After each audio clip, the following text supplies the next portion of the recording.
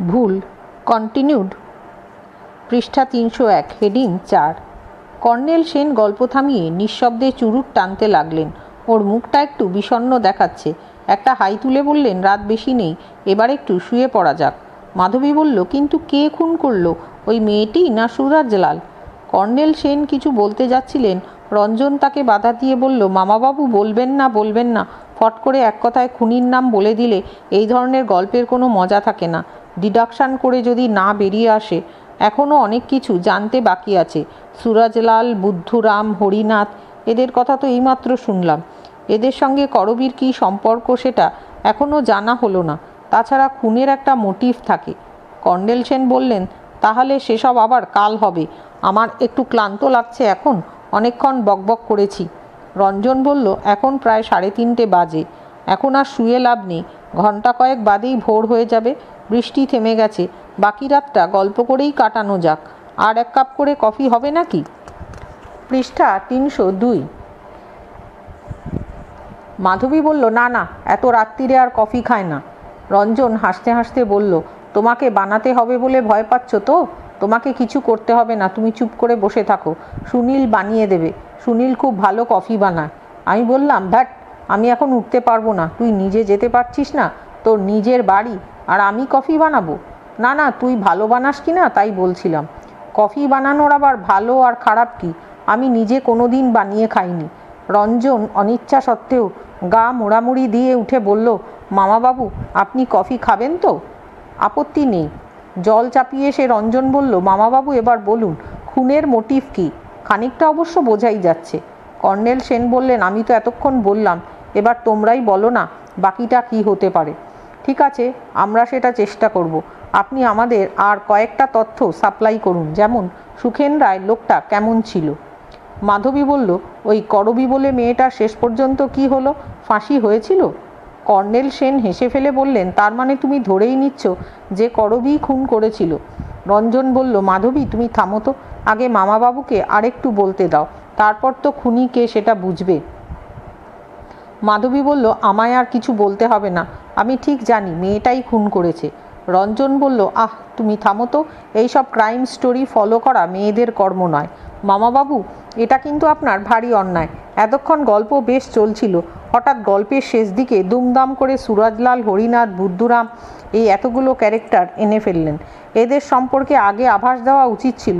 খুনি কখনো লাস্ট দৃশ্যে আসে না।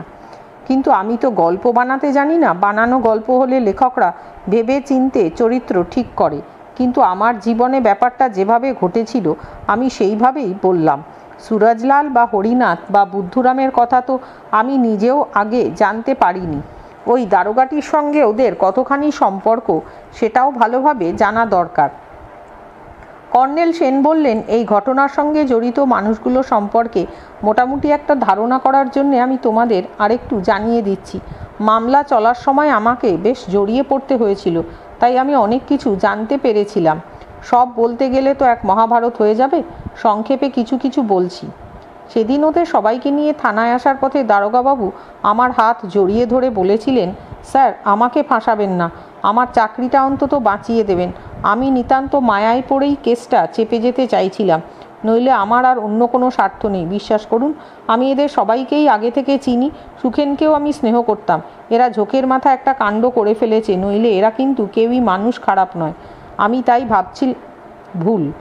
তাই ভেবেছিলাম, একজন যখন মরেই গেছে তাকে তো আর বাঁচানো যাবে না, তবে শুধু শুধু এদেরও জীবনটা নষ্ট করে কি হবে।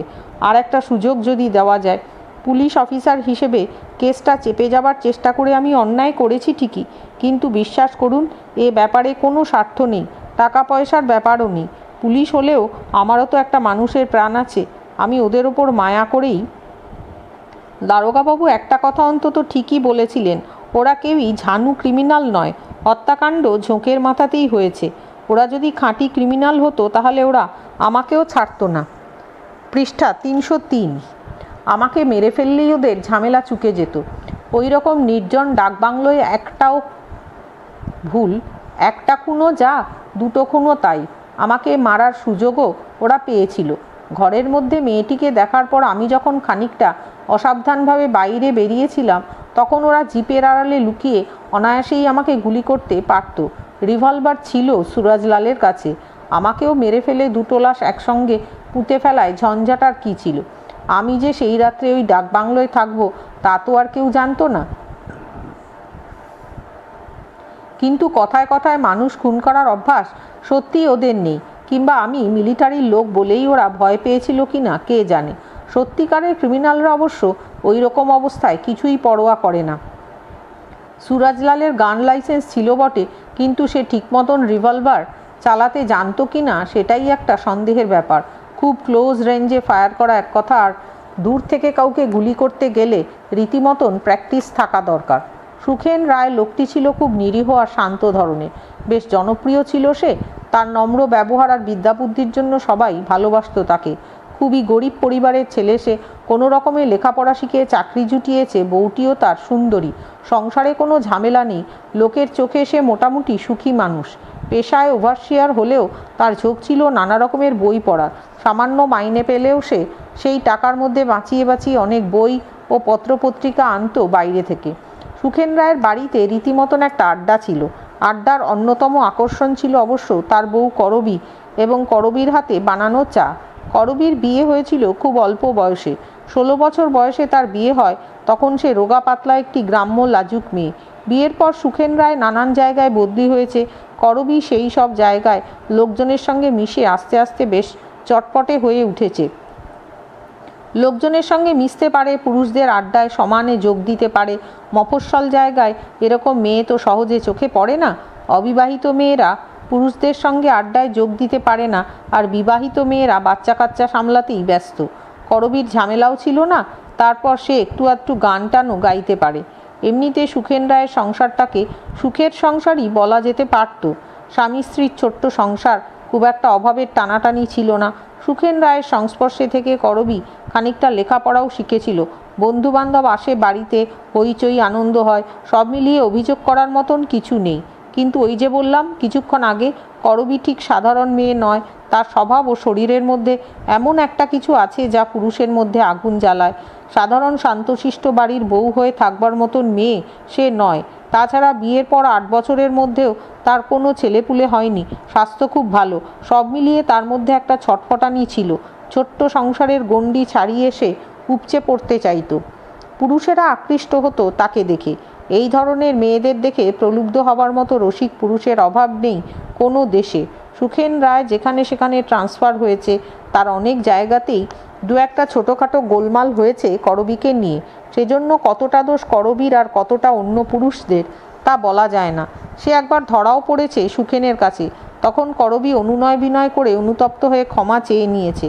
সুখেনই অনেক সময় ইচ্ছে করে বদলি হয়ে গেছে এক এক জায়গা থেকে। লোকজনের সঙ্গে ঝগড়া মারামারি করার মতন স্বভাব সুখেনের নয়। যেখানেই দেখেছে কোনো লোক করবীর প্রতি আকৃষ্ট হয়ে বেশি বাড়াবাড়ি করতে চাইছে, সেখান থেকেই সে ট্রান্সফার নিয়ে চলে গেছে কোনো ক্রমে। বউকে কোনো শাস্তি দিতে চায়নি। আবার তার বাড়িতে যে আড্ডা বসে এটাও সে বন্ধ করে দিতে চায়নি কখনো, কারণ সে নিজেই আড্ডা দিতে ভালোবাসত। মোট কথা স্ত্রীকে অসম্ভব ভালোবাসত সুখেন। তার এই ধরনের ছোটোখাটো দোষ ত্রুটিও সে ক্ষমা করতে পারত। করবীও স্বামীকে ভালোবাসত, একথাও ঠিক। নইলে সুখেনকে ছেড়ে কখনো সে চলে যায়নি কেন? পৃষ্ঠা 304। যেতেও তো পারত, সেরকম সুযোগও তার ছিল। সব মিলিয়ে করবী মেয়েটা অদ্ভুত ধরনের। স্বামীর প্রতি ভালোবাসাও ছিল তার, আবার অতৃপ্তিও ছিল। অতৃপ্তিটা কখনো কখনো বেড়ে গেলেই গোলমাল দেখা দিত। সুখেন তার স্ত্রীকে ছেড়ে কোথাও যেত না। ট্যুরে যাবার কথা সব বাজে। কোনো দিন সে স্ত্রীকে একলা বাড়িতে রেখে ট্যুরে যায়নি, মৃত্যুর আগের দিনও না। করবীকে বাপের বাড়িতেও পাঠাতো না সে, যদিও করবীর বাপের বাড়িতে বিশেষ কেউ ছিল না। তার বাবা মা দুজনেই মারা গেছে অল্প বয়সে। দাদার সংসারে মানুষ। সুরজলালের সঙ্গে তার ঠিক কতখানি ঘনিষ্ঠতা হয়েছিল তা জানা যায়নি শেষ পর্যন্ত। আদালতে হাজার জেরাতেও ওরা এ সম্পর্কে একটি কথাও বলেনি। এমনকি সুরজলালই জোর করে করবীর দিকে ঝুঁকেছিল না করবী আকৃষ্ট করেছিল তাকে তাও বলা যায় না। তবে দুজনের মধ্যে দেখা সাক্ষাৎ ছিল। সুরজলাল অনেকবার এসেছে ওদের বাড়িতে সুখেনের উপস্থিতিতেই। ব্যাপারটা তোমাদের পক্ষে অনুমান করা নিশ্চয়ই শক্ত হবে না। সুখেনের বাড়িতে নিয়মিত আড্ডা বসত। তার সুন্দরী স্ত্রী করবী চা তৈরি করে খাওয়াতো সবাইকে। আড্ডার লোভে না হোক চায়ের লোভেই তো যেতে পারে অনেকে। রঞ্জন ফস করে বলে উঠল, কিংবা যে বানিয়ে দেয় তার লোভেও কেউ কেউ যেতে পারে। আপনি যেরকম বলছেন তাতে মেয়েটি। কর্নেল সেন মাথা নিচু করে মৃদু হেসে বললেন, ব্যাপারটা বোধহয় সেই রকমই দাঁড়িয়েছিল। ওই আড্ডার মধ্যে কেউ কেউ একটু ঝুঁকে পড়ে করবীর দিকে। সুখেন বোধহয় সেদিকে নজর দেয়নি। অন্যান্য পুরুষ মানুষদের মধ্যে সুরজলালই করবীকে বেশি আকৃষ্ট করতে পারবে। তার সুন্দর চেহারা, পয়সাকড়ি যথেষ্ট আছে, ফুর্তিবাজ। সুখেনকে লুকিয়েও যে সে করবীর সঙ্গে দেখা করত। মাধবী ধরফর করে উঠে পড়ে বলল, এই যা, জল গরম হয়ে উঠলে পড়ে যাচ্ছে। তোমার খেয়ালই নেই তোমার দ্বারা যদি একটু কাজ হয়। রঞ্জন বলল, ও জল চাপিয়েছিলাম না, যাও যাও কফি বানিয়ে নিয়ে এসো। এসব কি আর পুরুষ মানুষের কাজ? মাধবীর কফি বানিয়ে আনার অপেক্ষায় আমরা একটুক্ষণ চুপ করে বসে রইলুম। মনে মনে আমি করবী নামের মেয়েটির চেহারাটা কল্পনা করার চেষ্টা করছিলাম।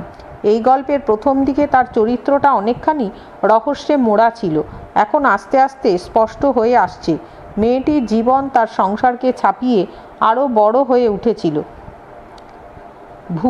আরও বড় হয়ে উঠছিল। অন্য ধরনের পরিবেশে পড়লে কিংবা অন্য রকমের সুযোগ পেলে এই ধরনের মেয়েরাই দেশ নেত্রী হয়, সমাজসেবিকা হয়, কিংবা ফিল্ম স্টার বা ডাকাত দলের সর্দারনিও হতে পারে। যেসব মেয়ে সংসার ছাড়িয়ে আরও বড় হয়ে ওঠে তারাই জীবনে বড় কিছু করে। এখানে দুর্ভাগ্যবশত বেচারি অবৈধ প্রেম আর খুন খারাপির মধ্যে জড়িয়ে পড়েছে। কফিতে চুমুক দিয়ে কর্নেল সেন বললেন, সুরজলাল সম্পর্কে বিশেষ কোনো বদনাম আগে শোনা যায়নি। তার বাবা কাঠের ব্যবসা করে কিছু টাকা রেখে গিয়েছিলেন। বাবার মৃত্যুর পর সুরজলাল ব্যবসার দিকে বেশি মন না দিয়ে টাকা পয়সা ওড়াবার দিকে মন দেয়। অল্প বয়সেই বিয়ে হয় ওদের। স্ত্রীটি সুন্দরী, দুটি বাচ্চাও আছে, কিন্তু ঘরে মন টেকে না সুরজলালের। বন্ধু বান্ধবের সঙ্গে ফুর্তি করে মদ টদ খায়। তার মা এখনও বেঁচে আছেন বলে বাড়িতেও সব চলে না। মাঝে মাঝেই বন্ধু বান্ধবের সঙ্গে বাইরে চলে যেত। এই সব সত্ত্বেও সুরজলালের মনটা উদার। অনেককে সে টাকা পয়সা দিয়ে সাহায্য করেছে, কখনো কারোর কোনো ক্ষতি টতি করেনি। মোটামুটিভাবে তার জীবনটা কেটে যেতে পারত।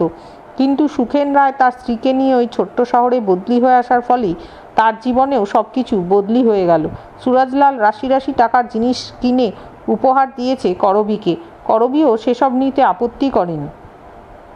কর্নেল সেন মাধবীর দিকে তাকিয়ে একটু ইতস্তত করে বললেন, সুরজলালের সঙ্গে করবীর অবৈধ মিলনের কোনো সুযোগ কখনো ঘটেছিল কিনা তা জানা যায়নি।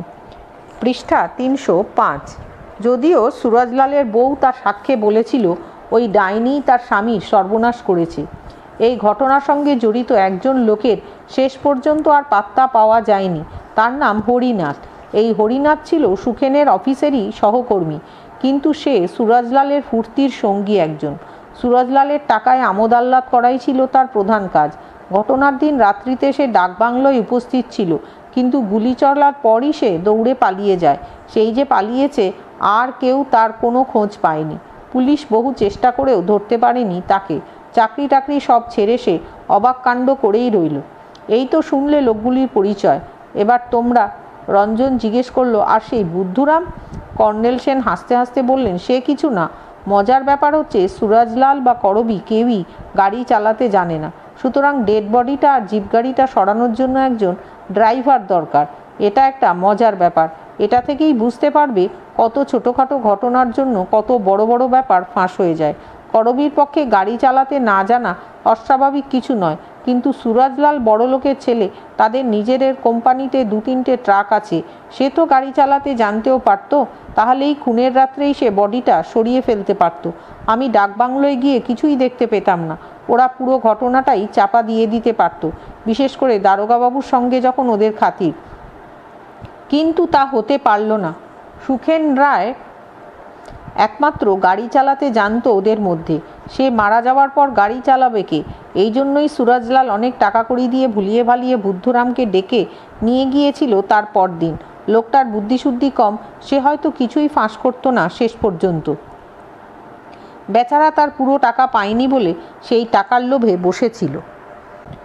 মাধবী জিজ্ঞেস করলো, তাহলে কি ওই হরিনাথ নামের লোকটাই খুন করেছে? রঞ্জন বলল, তা হতেই পারে না। মাধবী বলল, কেন হতে পারে না? তার কারণ হরিনাথ বলে কোনো লোকের অস্তিত্বের কথা আমরা জানতুমই না।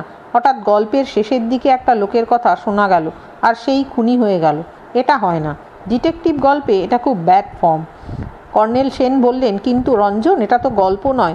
জীবনের সব ঘটনা কি গল্পের নিয়ম মেনে চলে? আমি হয়তো ঘটনাটা ঠিক মতন সাজিয়ে বলতে পারিনি। মাধবী বলল, খুন না করলে ওই লোকটা পালাবে কেন? লুকিয়েই বা থাকবে কেন? রঞ্জন বলল, ভয় পেয়ে পালিয়েছে। ওই সব কাণ্ডমাণ্ড দেখে ওর পিলে চমকে গিয়েছিল। কর্নেল সেন বললেন, লোকটা একেবারে চাকরি বাকরি ছেড়ে দিয়ে জন্মের মতন পালিয়ে গেল। এটা সত্যি আশ্চর্য ব্যাপার নয়? রঞ্জন নিরাশভাবে বললে, তাহলে মামাবাবু, আপনি বলছেন ওই হরিনাথই খুন করেছে? না, সে কথা আমি বলছি না। আদালতেও সে কথা বলা হয়নি। যে পালিয়ে যায় তার প্রতিই বেশি সন্দেহ জাগে। সেই জন্যই হরিনাথের নামটা প্রথম মনে আসে। কিন্তু খুনের একটা মোটিভ থাকা চাই তো। সেই হিসাবে হরিনাথের পক্ষে খুন করার কোনো কারণই নেই বলতে গেলে। সে একটা সাধারণ ফুর্তিবাজ লোক। সুরজলালের মাথায় কাঁঠাল ভেঙে মদ্য পানটান করাই ছিল তার প্রধান উদ্দেশ্য। অবিবাহিত লোক, সংসারের কোনো বন্ধনও নেই। লোকের মুখে আমি যা শুনেছি, হরিনাথের চেহারাটাও ছিল বেশ খারাপ। লম্বা শিরিঙ্গে চেহারা, মুখের একপাশে একটা পোড়া দাগ। এই সব লোক সাধারণত নারীর প্রীতি বা ভালোবাসা থেকে বঞ্চিত হয়। অন্তত অবৈধ প্রেমের নায়ক হিসাবে এদের কল্পনা করা যায় না। তাছাড়া যতদূর জানা গেছে, মেয়েদের ব্যাপারে হরিনাথের দুর্বলতাও ছিল না বিশেষ। সুতরাং তার পক্ষে হঠাৎ সুখেন রায়কে খুন করার কোনো যুক্তিসঙ্গত ব্যাখ্যা পাওয়া যায় না। পৃষ্ঠা 306। হরিনাথের কোনো পুরনো ক্রিমিনাল রেকর্ডও নেই। সম্ভবত জীবনে প্রথম চোখের সামনে একটা মানুষকে অপঘাতে মরতে দেখে তার মাথার গোলমাল হয়ে যায়। দেখে শুনে ভয়ের চোটে সেই যে এক দৌড় দেয়, কোথায় গিয়ে থেমেছে তার ঠিক নেই, কিংবা হয়তো এখনও দৌড়চ্ছে। মাধবী বলল, তাহলে কে খুন করেছে বলুন, আর সাসপেন্স ভালো লাগছে না। রঞ্জন বলল, এখন না, বলে দিলেই তো সব ফুরিয়ে গেল। কর্নেল সেন বললেন, আমি তো ঘটনাটা সব খুলে বললাম তোমাদের, লোকজনদেরও চিনিয়ে দিলাম। এই কাহিনীর এই কজনই পাত্রপাত্রী। এদের সম্পর্কে আমি যেটুকু জেনেছি তা সবই বলেছি তোমাদের। এর বাইরের আর কেউ এর সঙ্গে জড়িত নয়, অন্য কেউ খুন করেনি। এদের মধ্য থেকেই খুনিকে খুঁজে নিতে হবে। এবার তোমরাই বলো কে খুন করেছে। মাধবী সঙ্গে সঙ্গে বলল, আমি ঠিক জানি ওই মেয়েটাই খুন করেছে। কর্নেল সেন, রঞ্জন আর আমি একসঙ্গে হেসে উঠলাম। রঞ্জন বলল, তোমার ওই মেয়েটার ওপর খুব রাগ, তাই না? মাধবী বলল, নিশ্চয়ই। যে মেয়ে স্বামীর মৃতদেহ পাশের ঘরে রেখে নিজে বাইরের লোকের সঙ্গে হেসে গল্প করতে পারে, সে সব পারে। আমি বললাম, মাধবী, তোমাকে যদি বিচারকের আসনে বসিয়ে দেওয়া হতো তাহলে তুমি নিশ্চয়ই মেয়েটাকে ফাঁসি দিতে, তাই না? দিতুমি তো। আমি জিজ্ঞেস করলাম, আচ্ছা মাধবী, তুমি যে বলছো করবীই খুন করেছে, কিন্তু কিভাবে খুন করেছে সেটাও তো তোমাকে বলতে হবে। শুধু শুধু একজনকে খুনি বললেই তো আর হয় না। মাধবী বলল, এ তো খুব জলের মতন বোঝাই যাচ্ছে। অসভ্য পাজি মেয়েটার সঙ্গে সুরজলালের নিয়মিত দেখা হতো গোপনে। সুখেন কখনো অফিসের কাজে বাইরে গেলে তো আর কথাই নেই। সেবার যখন সুখেন বাইরে গেল, রঞ্জন বলল, সুখেন তো আসলে যায়নি বাইরে। আমাকে বলতে দাও না। সুখেন পাটনায় যাবার নাম করে বাইরে লুকিয়ে টুকিয়েছিল। সুরজলাল রাত্রিরে ওদের বাড়ি যেই এসেছে, সুখেনও ঢুকে পড়েছে। ধরা পড়ে গিয়ে বেগতিক দেখে করবী অমনি সুরজলালের পিস্তল নিয়ে গুলি চালিয়ে দিয়েছে। ও মেয়ে সব পারে। আমি বললুম, কিন্তু মাধবী, এর সঙ্গে ডাকবাংলোর সম্পর্ক কি? ঘটনাটা ওদের বাড়িতে না ঘটে ডাকবাংলোয় ঘটলো কেন? করবীর পক্ষে বাড়িতে থাকাই তো সুবিধেজনক। বাড়িতেই তো হয়েছে, তারপর ডেড বডিটা ডাকবাংলোয় নিয়ে গিয়ে কিছু একটা করার মতলব ছিল। মাধবী, আগাথা ক্রিস্টি তোমাকে দেখলে লজ্জা পেতেন। মেয়েরা এমন ভালো ডিটেকটিভ গল্প লিখতে পারে, আর তোমার এই বুদ্ধি। রঞ্জন বলল, তোমার মেয়েটার প্রতি একটুও সহানুভূতি হচ্ছে না? আমার কিন্তু একটু একটু হচ্ছে। তা তো হবেই, তোমরা পুরুষ মানুষরা। আর এক দফা হেসে রঞ্জন আমার দিকে তাকিয়ে বলল, সুনীল, তুই বল কে খুন করেছে। আমি বললাম, আমি ঠিক বুঝতে পারছি না, তুই বল না। রঞ্জন বলল, আমার ধারণা এই ঘটনায় করবীর ভূমিকাটা একটু বড় করে দেখানো হচ্ছে। আসলে এর মধ্যে টাকা পয়সার কোনো ব্যাপার জড়িত। সুরজলাল, সুখেন, হরিনাথ, বুদ্ধুরাম আর ডাকবাংলোর চৌকিদার, এরা সবাই মিলে কোনো অবৈধ ব্যবসার সঙ্গে জড়িত ছিল। এসব জায়গায় এরকম হয়। ওই ব্যবসার ব্যাপারেই কোনো গোলমাল হয়। সুখেন বোধহয় বিট্রে করেছিল, তাই সুরজলাল আর অন্যরা মিলে সুখেনকে মেরে ফেলে। তারপর সুরজলালই কোনো বুদ্ধি খাটিয়ে করবীকে ওই ডাকবাংলোয় ডেকে নিয়ে গিয়ে ওকে জড়িয়ে ফেলে খুনের ঘটনার সঙ্গে। করবী তখন নিজে বাঁচবার জন্যই বাধ্য হয়ে সহযোগিতা করে ওদের সঙ্গে। মামাবাবু যে সুখেনকে ভালো লোক বলছেন, তারই বা প্রমাণ কি? পৃষ্ঠা 307। বাইরে থেকে দেখে অনেককে ভালো মনে হয়। সুখেনই হয়তো নিজের বউকে অন্যদের সামনে এগিয়ে দিত। কর্নেল সেন বললেন, রঞ্জন, তোমার থিওরিটা একেবারে অবাস্তব। এটা চমকপ্রদ বটে, কিন্তু একটুও সত্যি নয়। ওদের মধ্যে কোনো ব্যবসার সম্পর্ক যে ছিল না সেটা আমি ভালোভাবেই জেনেছি। রঞ্জন হতাশ হয়ে আমার দিকে তাকিয়ে বলল, সুনীল, তুই তাহলে বল। আমি বললাম, আমি ভাই পারবো না। আমি ধাঁধার উত্তর দিতে পারি না একদম। ধাঁধা কোথায়? লজিক্যাল অ্যানালিসিস করলেই তো পাওয়া যায়। ওইটাই যে আমি পারি না। আমি যখন ডিটেকটিভ গল্প টল্প পড়ি, কোনো দিন আগে থেকে বুঝতে পারি না খুনি কে। তাছাড়া মানুষকে চেনা অত সহজ নয়। কোন মানুষ কখন কীরকম ব্যবহার করবে তা কেউ বলতে পারে না। আমার তো মনে হচ্ছে ওদের মধ্যে যে কেউ খুন করতে পারে। করবি, সুরজলাল, এমনকি হরিনাথের পক্ষেও কোনো কারণে খুন করা অসম্ভব নয়। তার মনের মধ্যে কী জটিলতা ছিল তা তো আমরা জানতে পারবো না। বুদ্ধুরামও যদি খুন করে তাতেও অস্বাভাবিক কিছু নেই। কর্নেল সেন বললেন, এরকমভাবে ভাবলে অবশ্য সবাইকেই সন্দেহ করতে হয়, কিংবা কোনো মানুষকেই সন্দেহ করা যায় না। একথা ঠিক, বাইরে থেকে দেখে আর মানুষকে কতটা বোঝা যায়। ভেতরে ভেতরে মনের মধ্যে তার কী খেলা চলছে সেটা কেউ জানতে পারে না। তবে অন্য একটা দিক থেকেও রহস্য সমাধানের চেষ্টা করা যায়। ক্রাইমের সময় এবং ঘটনাটা যদি রিকনস্ট্রাক্ট করা যায় তাহলে ব্যাপারটা অনেকটা সহজ হতে পারে। আমি যেদিন ডাকবাংলোটাতে হাজির হয়েছিলাম তার আগের রাত্রে, অর্থাৎ যে সময় খুনটা হয়েছিল সেই সময়কার ঘটনা যদি কল্পনা করা যায় তাহলে খুনিকে সহজেই দেখতে পাওয়া যাবে। চরিত্রগুলো যদি চেনা যায় তাহলে তাদের ব্যবহার কীরকম হবে সেটাও অনেকটা কাছাকাছি আন্দাজ করা যায়। কোনো মানুষই তার স্বভাববিরুদ্ধ ব্যবহার সহজে করে না। বাইরে ভালো মানুষ আর ভেতরে ভেতরে হিংস্র শয়তান, এরকম লোকের সংখ্যা খুবই কম। অনেক উত্তেজক ডিটেকটিভ গল্পে পড়েছি, প্রথম দিকে ঘটনাটা যা মনে হয়েছিল শেষের দিকে তার সম্পূর্ণ একটা উল্টো ব্যাখ্যা দেওয়া হলো। রঞ্জনও সেই টেকনিকেই বলার চেষ্টা করছিল, কিন্তু আমার মনে হয় বাস্তবে ওরকম ব্যাপার খুব কমই ঘটে। আমি তোমাদের যে ঘটনা বললাম এটা কিন্তু পুরোপুরি বাস্তব।